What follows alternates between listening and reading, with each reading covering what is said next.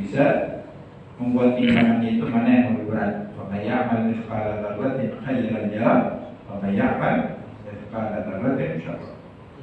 Wa amma man thaqulat mawazinuhu fa huwa fi 'ishatin radiyah wa amma man khaffat mawazinuhu fa ummuhu hawiyah. Dan bahkan kemaluan itu disebut sawaun akana qubulan am dukuran min adami aw ghairi. Baik yang disetujui itu Bani Adam ataupun selain Bani Adam. Ini pendapat yang sangat aneh ya dalam Islam. Imam Rabi itu membolehkan pernikahan antara manusia dan jin. Pernikahan antara karena jin juga berjenis kelamin dan ada yang masuk Islam. Syariat Islamnya membolehkan. Cuma di dalam apa? Jin itu kan ada ya, yang gak percaya sama jin ya, dia ada masalah dengan keimanannya. Karena di dalam Quran ada surah namanya surah Al-Jin, surah namanya Al-Jin, minal jinnati wan nas, terbit di dalam Al-Quran. Cuma bentuknya kriterianya hampir semua. Ini ada lagi kitab yang menjelaskan secara spesifik dalam hadis ya kan. Cuma tidak benar-benar ya namanya makhluk-makhluk astral yang tidak bisa dilihat kasat mata ya sulit juga untuk melihat. Adapun yang dari dukun dari siapa orang pintar mengatakan seperti ini ya kita nggak bisa mempercayai 100% dari mana pula sumbernya. Agak sulit. Cuma ada beberapa hukum yang terkait dengannya. Cuma ya di dalam pendapat itu juga dijelaskan ya bagaimana kita mau membuktikan keislaman dia gitu ya. Terus kalau dia seorang perempuan, laki-lakinya laki-lakinya manusia, perempuan jin, cara dia berbakti pada suami gimana? Kalau dia taat bentuk gimana, dan dia harus merubah wujud pula dan yang lain sebagainya. Baik. Nah ini yang disebut kalau dia berzina seandainya sama jin, masih boleh. Bahkan ada di dalam kitab Kasyifatus Syajaa karangan Syekh Nawawi Al-Bantani, orang Banten yang lahir di Mekah dan dia menjadi ulama syariah. Kitab-kitab itu bagus. Syekh Nawawi Al-Bantani. Beliau ada syarah untuk kitab Safinatun Najah. Kalau seandainya beliau menjelaskan gambaran di sana, seseorang masuk ke dalam gua, dia nyangkanya gua. Tidak berapa lama gua itu bergerak. Setelah bergerak, dia baru tahu bahwasanya gua itu adalah vagina manusia yang besar raksasa. Akhirnya dia keluar. Kalau lama mengatakan ini orang wajib mandi. Wajib mandi. Karena yang masuk bukan hanya zakarnya, semua dia masuk ke dalam vagina ini mewajibkan mandi. Jadi ini lebih mendetailkan lagi pengertian. Sekedar masuk itu sudah wajib mandi. Kadang-kadang ulama itu menggambarkan gambaran-gambaran yang kayaknya nggak masuk akal. Cuma sebagian gambaran itu tidak tergambar di zaman mereka, dan itu tergambar. Jadi karena hukumnya ada, konsep hukumnya ada, dibuatlah perumpamaan. Karena dengan taswir, dengan gambaran itu, dengan contoh itu lebih bisa memberikan pemahaman. Sampai sudah tadi itu karena dijelaskan. Nah di sini termasuk juga hayawan, binatang. Kalau ada orang yang memiliki perilaku seks yang menyimpang, dia berhubungan dengan binatang, berhubungan pada binatang.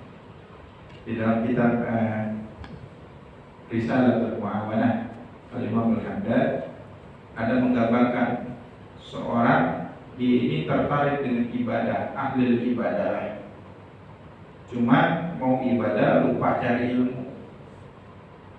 Jadi gak ada bekal ilmunya, pengen ibadah.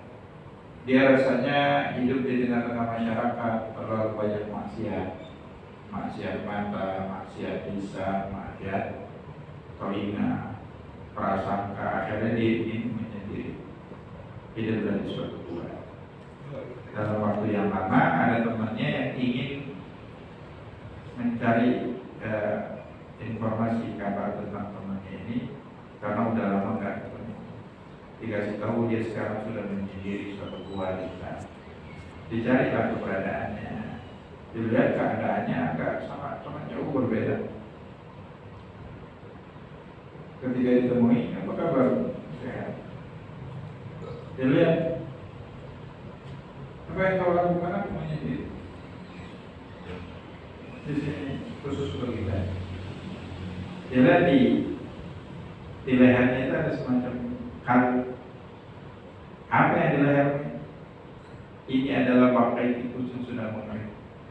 Maksudnya supaya aku menghinakan diri, supaya tak sombong lagi, sampai bangkai pun aku galungkan di dalam.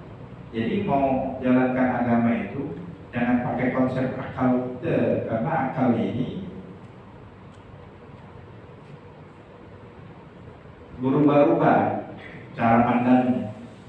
Kalau ulama, kalau agama itu mempunyai konsep hukum yang pasti, tetap, bisa berubah-ubah.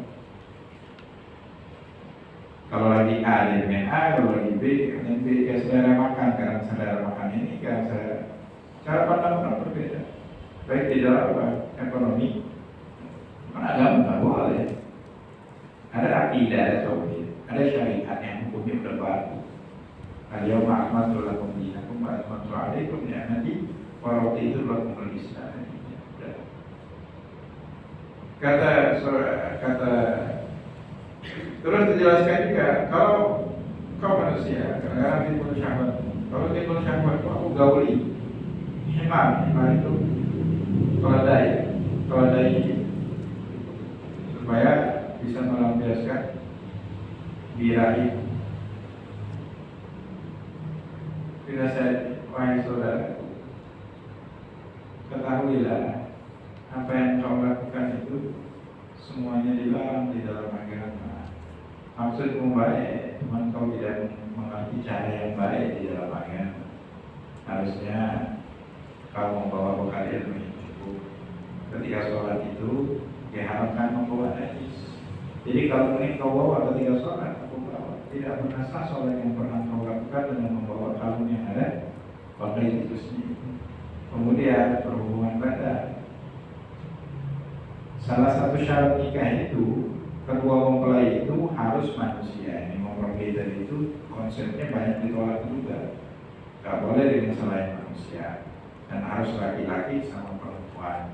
Dan harus dua-duanya beragama Islam. Mari kita jelasin ya, konsep beda agama di permulaan Islam boleh. Yang laki-laki Muslim menikah dengan perempuan yang ahli kitab. Ahli kitab ini Yahudi ataupun Nasrani. Cuma dia itu harus leluhurnya itu masuk ke dalam agama Yahudi yang mereka klaim agamanya Nabi Musa, atau Nasrani yang mereka klaim agamanya Nabi Isa, sebelum diutusnya Nabi Isa. Kalau Yahudi, kalau Nasrani sebelum diutusnya Nabi Muhammad. Karena ketika diutus Nabi Isa, agamanya Nabi Musa itu dihapus. Jadi semua harus mengikuti agama Nabi Isa. Ketika Nabi Muhammad diutus, semua agama dihapus. Gak boleh lagi memeluk agama selain wa raditu lakumul Islam madinah, dan aku ridho hanya Islam untuk kalian hanya saja. Itu ayat yang terakhir turun di Arafah ya. Nah kalau dia dia harus tahu masuknya itu sebelum diutus dan sebelum dirubah. Karena di dalam Quran dua agama ini dirubah. Yang keyakinan umat Islam jadi ya, tidak murni lagi sebagaimana yang diberikan kepada Nabi Musa dan diberikan kepada Nabi Isa. Karena kitabnya sendiri itu mereka yuharrifuna, mereka merubah tahrif. Jadi ajaran Jadi dia harus tahu nenek moyangnya itu masuk agama Yahudi sebelum diturunkan Nabi Isa, masuk Nasrani sebelum diutuskan Nabi Muhammad. Gitu. Satu caranya. Yang kedua, harus masuk agama tersebut sebelum terjadi perubahan di dalam mereka. Itu eranya nggak terlalu lama dari wafatnya Nabi Musa. Nabi Isa itu pasti angkat, langsung pecah mereka. Langsung pecah pendapat antara Nabi Isa ini Nabi atau Tuhan, Tuhan. Itu aja udah langsung tarik. Nah, karena mau mendeteksi sampai leluhurnya ke atas itu, kita mau cari saksi dari mana? Gak ada hadis, gak ada Quran. Kalau mau cari saksi harus orang yang hidup dari zaman Nabi nenek moyang mereka yang pertama masuk Yahudi itu sampai sekarang, dan dia harus sudah masuk Islam, baru kesaksiannya itu diterima. Ini yang kita katakan mustahil syarat itu terpenuhi, apalagi zaman sekarang. Di permulaan Islam, sahabat masih ada yang menikah dengan Yahudi dan Nasrani, dan itu masih diyakini keabsahan agama mereka. Keabsahan syarat tadi. Kalau agama yang kayak gini, karena udah diutusnya Nabi Muhammad. Nah, karena itu apa? Adapun sebaliknya, kalau muslimah menikah dengan non-muslim, itu nggak ada sama sekali di dalam Al-Quran. Ini ada kekacauan berpikir ini bagi orang-orang yang pro nikah beda agama, dan dia membawa dalil-dalil dari Quran dan hadis dengan mentafsirkannya secara serampangan, tidak sesuai dengan apa yang ditetapkan oleh ulama secara ijma.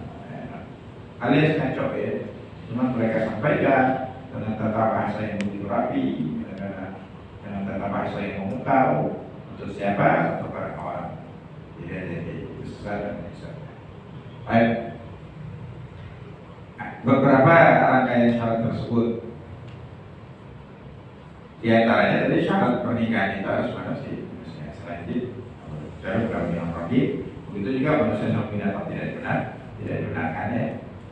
Dan kalaupun dia masih melakukan hubungan seksual, mau dengan binatang, mau dengan manusia, halal ataupun haram, maka yang kita bahas di sini dia hukumnya junub, artinya wajib mandi besar, wajib mandi besar. Tadi sama istrinya buat orang yang halal atau suaminya, yang halal cuma melalui jalur makbul, melalui jalur haram. Kalaupun dia lakukan tetap wajib mandi. Oke. Jadi hal penyebab mandi wajib yang pertama itu adalah masuknya hasyafah kepala zakar di dalam farji. Nah, farji ini meliputi kubul dan dubur. Bukan berarti di sini melegalkan perhubungan seksual melalui jalur belakang, tidak diharamkan di dalam Islam kan? Tidak dibolehkan itu dilaknat oleh Nabi orang yang melakukan perbuatan kaum Nabi Allah itu tidak dibenarkan. Cuma kalau pun dilakukan maka hukumnya dia junub dan wajib mandi. Ini pembahasan mandi besarnya di sini ya. Kalau besarnya ya sedikit di sini. Selanjutnya lagi di sini keluarannya mandi.